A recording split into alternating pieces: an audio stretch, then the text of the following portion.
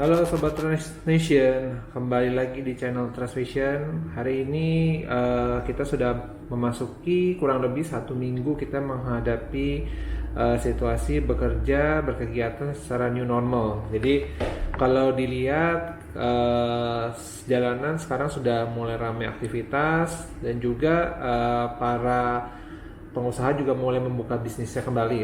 Nah, cuma kalau dilihat setelah seminggu ini sepertinya jumlah yang terdampak virus itu semakin meningkat dan ada kemungkinan mungkin pemerintah akan melakukan evaluasi dan kembali lagi menjadi seperti sebelum PSBB yang masa transisi sekarang ini. Nah, hari ini kita akan ngebahas kira-kira dengan kondisi seperti ini tuh kira-kira bisnis itu akan berjalan seperti apa, dan juga bisnis sendiri itu akan melakukan kegiatannya tuh akan menjadi berpolanya seperti apa, serta bisnis-bisnis seperti apa sih yang bakal survive, dan juga bagaimana cara melakukan inovasi atas bisnis yang mungkin sifatnya konvensional dengan kondisi yang ada sekarang ini. Kita akan bahas dulu pertama mengenai bisnis-bisnis yang mungkin terdampak signifikan dan bisnis-bisnis yang mengalami keuntungan lebih dari keadaan yang saat ini, di mana orang harus bekerja dari rumah dan juga membatasi kegiatan di luar. Yang paling pertama kita bahas mengenai bisnis traveling dan juga bisnis online travel agent lah. Itu udah satu paket. Jadi kalau dilihat bisnis ini tuh sudah hampir bisa dibilang hampir zero income dari sejak bulan lalu sampai dengan bulan sekarang. Jadi kalau dilihat pertumbuhannya itu cukup drastis dan hampir karena tidak ada orang yang berpergian keluar ataupun melakukan kegiatan aktivitas di luar. Jadi otomatis seperti kayak penerbangan, terus jalur akomodasi untuk darat maupun laut itu semua diberhentikan, dan juga tidak ada kegiatan yang dilakukan untuk pergian baik di dalam negeri maupun di luar negeri. Nah, dengan kondisi tersebut, apa sih yang inovasi yang bisa dilakukan untuk menjaga agar kita tetap bisa eksis sebenarnya? Untuk bisnis online, untuk bisnis traveling, untuk saat ini yang biasa bisa mereka lakukan adalah biasanya beberapa sudah melakukan adalah kegiatan melalui online, wisata online. Jadi wisata online tuh kayak kita tuh daftar melalui online web, melalui dia punya pendaftaran di webnya mereka. Nanti kita bisa melakukan kayak tour atau berpergian ke tempat lain tapi melalui online streaming. Nah, itu yang sudah dilakukan beberapa orang. Jadi untuk mengurangi dampak dari penurunan bisnis pariwisata dan juga bisnis traveling, itu salah satu opsi yang dilakukan oleh beberapa instansi untuk bisa tetap eksis di dalam bisnisnya.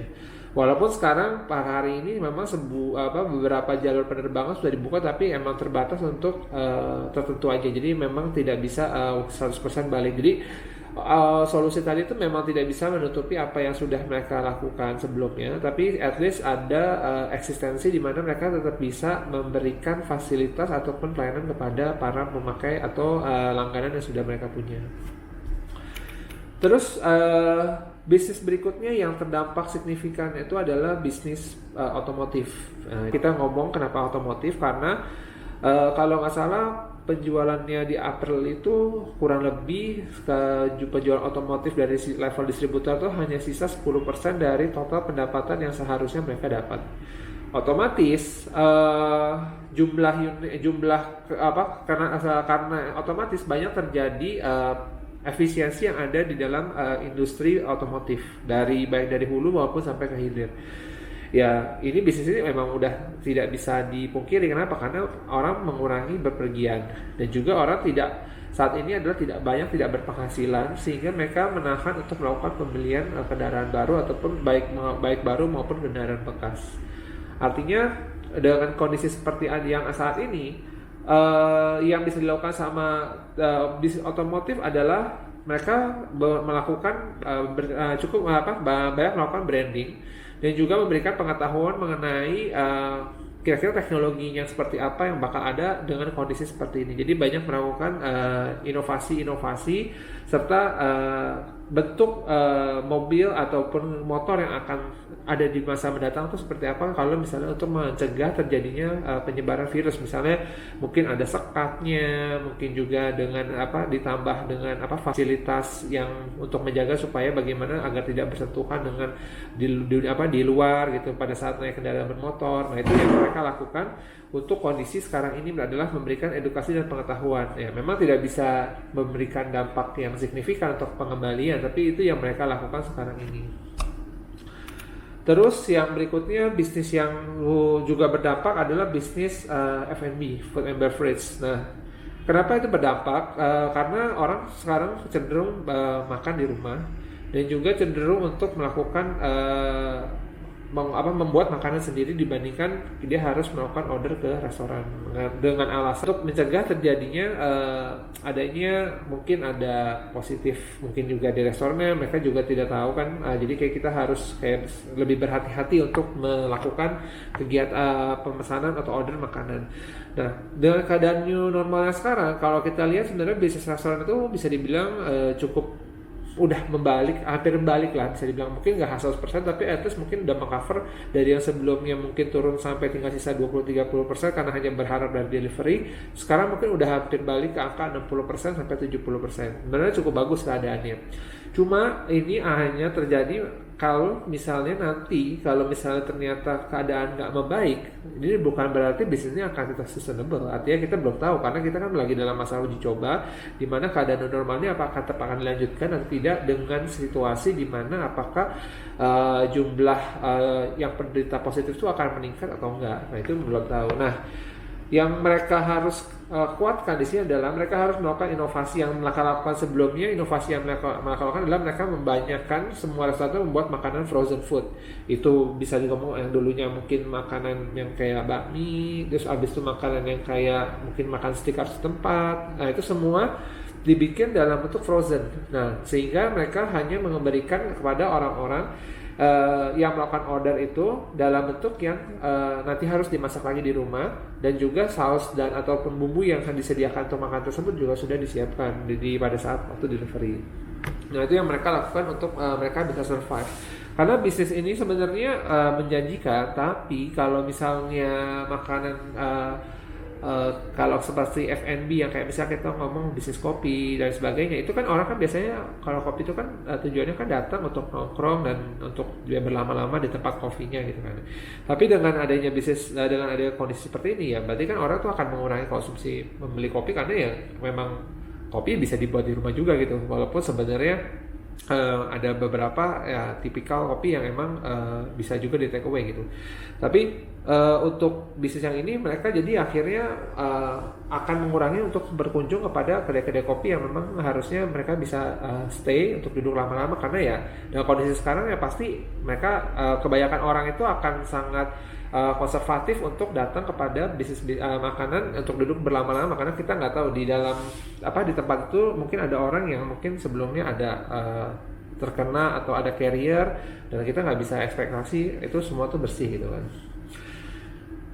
Oke, kira-kira tiga bisnis ini adalah bisnis yang mempunyai dampak signifikan. Walaupun ada bisnis lain juga, tapi mungkin nggak signifikan dari 3 kategori bisnis ini. Bisnis lain tuh ya mungkin seperti kayak bisnis manufacturing, bisnis di sektor perdagangan, mungkin ada berdampak, tapi mungkin turunnya nggak sampai separah 3 bisnis ini.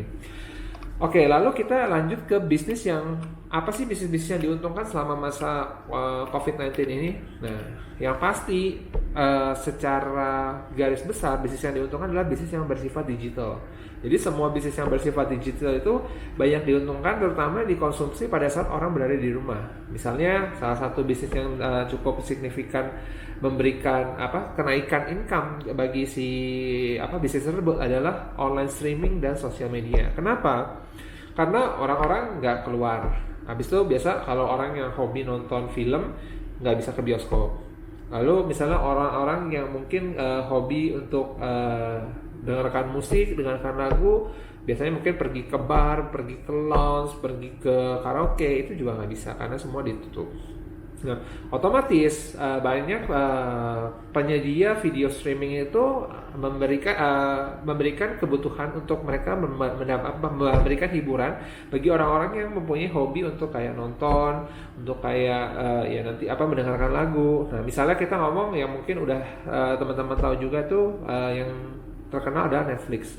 Netflix itu pada kuartal 1 2020 itu membukukan keuntungan di angka 5.768 miliar US dollar. Nah, itu artinya 5 triliun miliar US dollar. Atau itu bisa dibilang naik hampir 30% dari periode yang sama di tahun sebelumnya. Itu luar biasa ya, karena orang banyak konsumsi untuk nonton, karena mereka tidak ada hiburan lain kan kalau udah di rumah kan. Lalu keuntungannya itu mungkin akan bisa naik terus karena kondisi coronanya belum tentu akan terpulih, dan ya tempat hiburan seperti bioskop itu kita belum bisa konsumsi karena sekarang belum kita tahu keadaannya seperti apa. Dan juga saya lihat mall itu juga belum tentu bisa buka untuk full service karena mungkin akan ada beberapa ya protokol yang harus dilakukan supaya tetap bisa menjaga keamanan dan kenyamanan bagi si pengunjung tempat mall-mall yang ada sekarang. Terus juga mungkin teman-teman tahu aplikasi Zoom yang suka teman-teman pakai kalau lagi video conference untuk meeting di kantor, itu juga mengalami signifikan kenaikan valuation signifikan karena ya semakin banyak pengguna, karena memang harus diperlukan keperluannya untuk bekerja dari rumah. Karena kan kita berkomunikasi kan hanya bisa ya melalui virtual. Artinya pada saat kita mau meeting atau kita istilahnya melakukan komunikasi dengan orang lain hanya bisa melalui video streaming yang ada melalui aplikasi-aplikasi yang disediakan dari si penyedia seperti kayak Zoom itu. Jadi ya itu pun juga valuation-nya naik signifikan karena penggunanya semakin banyak. Nah, terus bisnis yang lain selain tadi yang disebutkan, itu bisnis kedua yang lumayan memberikan dampak membaik kenaikan adalah bisnis internet service provider. Jadi bisnis internet. Kenapa? Karena ya orang di rumah mau untuk komunikasi tadi kayak video streaming, untuk komunikasi via Zoom, itu semua memerlukan koneksi berupa ISP. Jadi si ISP itu yang menyediakan jaringan supaya tetap bisa terjaga koneksi baik itu video streaming maupun itu conference call meeting gitu kan.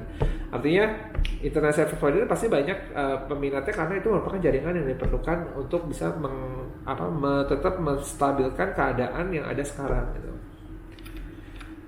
Terus yang berikutnya bisnis-bisnis yang ada di marketplace online. Nah, semakin banyak orang yang terdampak dari PHK, terus habis itu orang-orang yang mungkin terjadi pengurangan penghasilan karena perusahaannya mungkin tutup. Nah, itu banyak yang fokusnya di marketplace online. Kenapa? Karena orang-orang yang sekarang itu berkonsumsi itu semuanya karena nggak bisa ke toko secara fisik, ya mereka cuma bisa lihat dari online. Dan online itu akhirnya semakin kencang untuk peminat yang untuk belanja di dalam, artinya konsumsi orang-orang belanja melalui marketplace itu semakin tinggi. Sehingga mungkin dulu jumlah orang yang di marketplace itu asumsinya misalnya cuma berinteraksi 50%, sekarang mungkin menjadi 70% karena orang-orang nggak bisa belanja melalui toko fisik. Dan banyak orang-orang yang berjualan baik itu melalui marketplace online maupun melalui sosial media. Nah, itu berarti terjadi perubahan kebiasaan dari orang yang belanja mungkin pergi harus ke pasar, pergi harus ke mall, pergi harus ke toko, dan berubah menjadi semua itu virtual melalui marketplace dan juga sosial media. Nah, ini meningkatkan penggunaan baik yang daftar di marketplace maupun yang bertransaksi di marketplace itu semakin bertingkat sejak adanya corona ini. Nah, ini bisnis yang menjanjikan. Terus yang berikutnya bisnis yang menjanjikan juga adalah bisnis di bidang kesehatan. Ya, itu udah pasti. Kenapa? Sekarang ini orang dengan keadaan seperti ini, beberapa barang itu udah seperti komoditas. Seperti contohnya kita mau masker. Kemana-mana keluar kita harus pakai masker. Berarti kan masker merupakan salah satu barang yang memang harus diperlukan. Sama halnya kalau kita kayak mau makan gitu kan. Kayak kita pasti perlu nasi atau perlu sesuatu yang kita bisa konsumsi. Sama halnya kalau misalnya kita perlu baju ya. Nah, berarti kan masker ini sebenarnya levelnya sama dan seperti baju. Artinya pakaian itu kita harus pakai. Di sisi lain sekarang pakaian diperlengkap dengan yang namanya masker, karena kita kalau berkeluar dari rumah kita harus menggunakan masker. Nah itu berarti sebuah potensi bisnis yang akan mungkin dalam jangka waktu lama tuh akan terus berjalan. Kenapa? Walaupun nanti akhirnya corona ini mungkin hilang, tetap kebiasaan orang menggunakan masker tuh akan terbawa untuk menjaga antisipasi agar tidak terjadinya penyebaran baru, ataupun orang tuh mungkin menjaga-jaga takutnya memang masih ada corona yang tetap bisa istilahnya tetap ada yang positif gitu. Nah itu kan semua berarti kan mereka harus tetap menggunakan masker. Nah dari bisnis-bisnis yang tadi kayak saya sebutkan, berarti kalau teman-teman tuh punya ketertarikan di bidang-bidang yang tadi itu, ataupun memang mempunyai relevansi dengan bidang-bidang itu, sebenarnya memang teman-teman bisa kembangkan. Contoh misalnya teman-teman misalnya masker itu relevan dengan apa? Bahan, dengan mungkin dengan pakaian, mungkin dengan garment.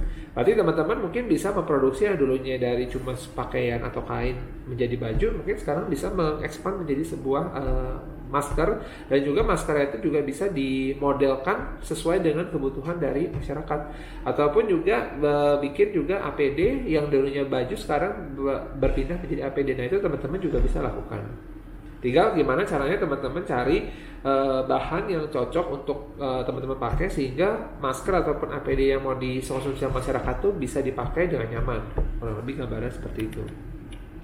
Terus kalau teman-teman yang udah berkecimpung di dunia mungkin dulu banyaknya di offline, ya udah teman-teman harus siap-siap dan harus berusaha dan mencoba untuk berdagang melalui online. Sebenarnya berdagang melalui online itu susah nggak sih? Menurut saya berdagang melalui itu menurut saya lebih gampang kecenderungannya. Kenapa? Satu, jangkauan masyarakatnya kita unlimited. Artinya kalau kalian teman dari Sabang sampai Merauke, itu semua orang tuh bisa akses. Dan apalagi sekarang orang itu harus ada di rumah, dan mereka dilihat dunia luar hanya bisa melalui gadget mereka, gitu kan. Artinya kalau teman-teman mau sedikit berusaha untuk kayak menjual barangnya, terus melakukan upload melalui marketplace, terus abis itu men-setting marketplace-nya, dan juga melakukan analisa pasar. Artinya analisa pasar yang saya maksud itu adalah harga barangnya. Yang pentingnya jangan sampai kalau bisa ada orang rata-rata pasaran jual 10.000 sampai 11.000, terus teman-teman jual 20.000, ya pasti nggak laku gitu. Maksud saya lihat dari harga pasar, kira-kira modal kita berapa, untungnya sekian. Nah sebenarnya kan kenapa kita nggak perlu untung banyak-banyak, karena kita tuh nggak ada fixed cost yang harus kita suffer. Artinya teman-teman nggak sewa tempat, teman-teman juga nggak perlu artinya membayarkan kayak istilahnya kalau teman-teman mau kerja sendiri itu juga bisa, tapi kan nggak mungkin kan, maksudnya kayak nanti ada jasa packingnya atau apa kalau bentuk kendaraan gitu kan, which is ya tetap ada 1 atau 2 orang karyawan yang membantu lah. Tapi at least jumlah overhead yang teman-teman absorb itu semakin kecil dibandingkan kalau teman-teman punya toko. Itu berarti teman-teman harga jualnya harusnya bisa kompetitif sebenarnya dibandingkan dengan kalau teman-teman punya toko. Dan itu marketnya unlimited. Kita nggak ngomong marketnya kalau teman-teman di Jakarta, marketnya cuma Jakarta, nggak. Kalau teman-teman mau sebar itu seluruh Indonesia atau event sampai ke luar sana, itu kalau emang perlu ekspor ya bisa gitu dijangkau, karena itu semua bentuknya online. Dan teman-teman yang menggunakan konsumsi marketplace sebagai sarana untuk belanja itu semakin tinggi sekarang ini, sehingga kalau teman-teman sedikit kayak tadi effort untuk melakukan perapian ya, foto lebih bagus, upload barang, upload deskripsinya diperjelas, habis itu tinggal melakukan promosi melalui sosial media ataupun melalui Google Ads gitu ya, itu teman-teman udah bakal mendapatkan populasi yang cukup besar. Maksud saya nilai orang yang akan visit ke tempatnya marketplace teman-teman itu akan meningkat gitu, dan itu happening gitu. Buktinya beberapa marketplace itu juga sukses gitu kan. Nah itu makanya teman-teman harus coba melakukan ini sebagai sebuah kebiasaan ataupun perpindahan dari jenis bisnis yang sebelumnya ke bisnis yang baru, kurang lebih gambarannya kayak gitu. Abis itu kalau misalnya ISP, sebenarnya teman-teman ini ada beberapa yang melakukan kayak istilahnya misalnya kan ISP yang besar, misalnya kita ngomong Telkom misalnya gitu ya, misalnya Telkom ini misalnya dia menyediakan jasa jaringan ISP. Nah ISP ini dia kan jual ke yang lebih kecil misalnya. Nah teman-teman sebenarnya bisa tuh beli kayak misalnya saya mau beli deh 10 MB gitu misalnya. Nah 10 MB itu nanti teman-teman bisa sharing ke wilayah teman-teman masing. Nah itu beberapa dia melakukan seperti itu. Jadi kayak kita beli bandwidth sewa sama misalnya Indosat, Telkomsel atau misalnya provider lain, kita sewa misalnya 10 MB atau misalnya 20 MB. Nah 10 MB ini nanti teman-teman bisa sharing di wilayah masing-masing, dan teman-teman nanti ngecas ke ya masing-masing wilayah itu untuk belanja misalnya dalam bentuk voucher atau dalam bentuk web terserah masalah teman-teman bagaimana cara mendistribusikan jaringannya tersebut, tapi itu bisa dengan sedikit ya, mungkin harus ada pengetahuan di sisi informasi teknologi mengenai gimana men-sharing jaringan atau men-switch jaringannya itu sih, supaya bisa membagi-bagi kepada masing-masing di wilayah teman-teman. Karena beberapa wilayah itu mungkin ada yang nggak sanggup untuk belanja bandwidth yang cukup gede, atau misalnya juga ada juga yang karena jaringannya nggak sampai, jadi harus ada orang yang ngambil jaringan yang cukup besar supaya nanti jaringan yang cukup besar ini dibeli sama orang tersebut, dan yang dia hanya mendistribusikan kepada masing-masing orang yang mau menggunakan jasa dari ISP tersebut. Ya, jadi sebenarnya potensi bisnisnya tuh gede banget. Kalau misalnya kita teman-teman bilang di corona ini mungkin ya dampaknya cukup susah, terus habis juga banyak terjadi PHK, terus habis itu jadi tidak ada penghasilan. Sebenarnya kalau teman-teman mau mencoba dan berusaha sedikit untuk bisa mencari penghasilan yang tadinya hilang itu, ya sebenarnya boleh coba dari marketplace. Karena marketplace itu adalah tempat dimana ya teman-teman bisa jual apa aja, teman-teman juga bisa mencari barang apapun gitu kan, dan jangkauannya seluruh Indonesia gitu. Jadi kurang lebih itu yang bisa saya sharing, dan sebisa mungkin ini bisa menjadi acuan di mana yang keadaannya sekarang ini belum bisa 100% membaik, itu akhirnya teman-teman mungkin bisa mendapatkan hasil yang lebih dari kegiatan yang barusan saya sharing. Jadi bisnis-bisnis yang mungkin possible buat teman-teman jalanin.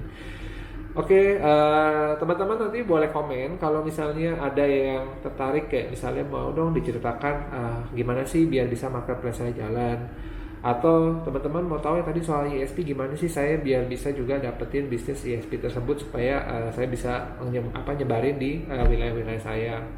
Atau teman-teman mau dong bikinin konten istilahnya gimana sih, ada satu bisnis yang mau di-review, dan bisnis ini tuh kondisinya sebelum corona seperti apa, pada saat corona seperti apa, dan pada saat transisi mau menuju new normal seperti apa. Itu juga teman-teman taruh di komen teman-teman. Nanti kalau misalnya ada di komen itu nanti akan kita respon, dan kalau kita tarik kita akan jadikan konten. Jadi supaya kontennya itu bisa bermanfaat buat teman-teman yang bakal mengkonsumsi video dari channel ini gitu. Jangan lupa subscribe dan like juga channel ini supaya semakin banyak orang yang mendapatkan pengetahuan dan juga mendapatkan manfaat dari apa yang akan di-sharing di channel-channel ini. Oke, see you dan tetap semangat. Bye.